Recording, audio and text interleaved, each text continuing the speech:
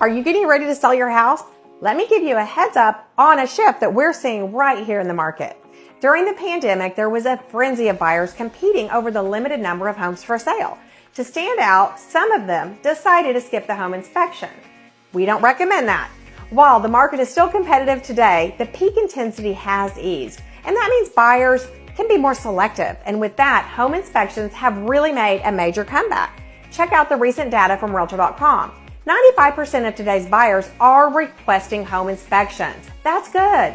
That's why sellers like you are getting ahead of the inspection, with 95% of sellers making some updates or repairs prior to listing. Taking care of some of these things that you know will come up on an inspection report before you list is a smart move. It can help your home appeal to more buyers from the start, and it'll likely save you time and hassle further on down in the process. How do you prioritize what to tackle and what to hold off on?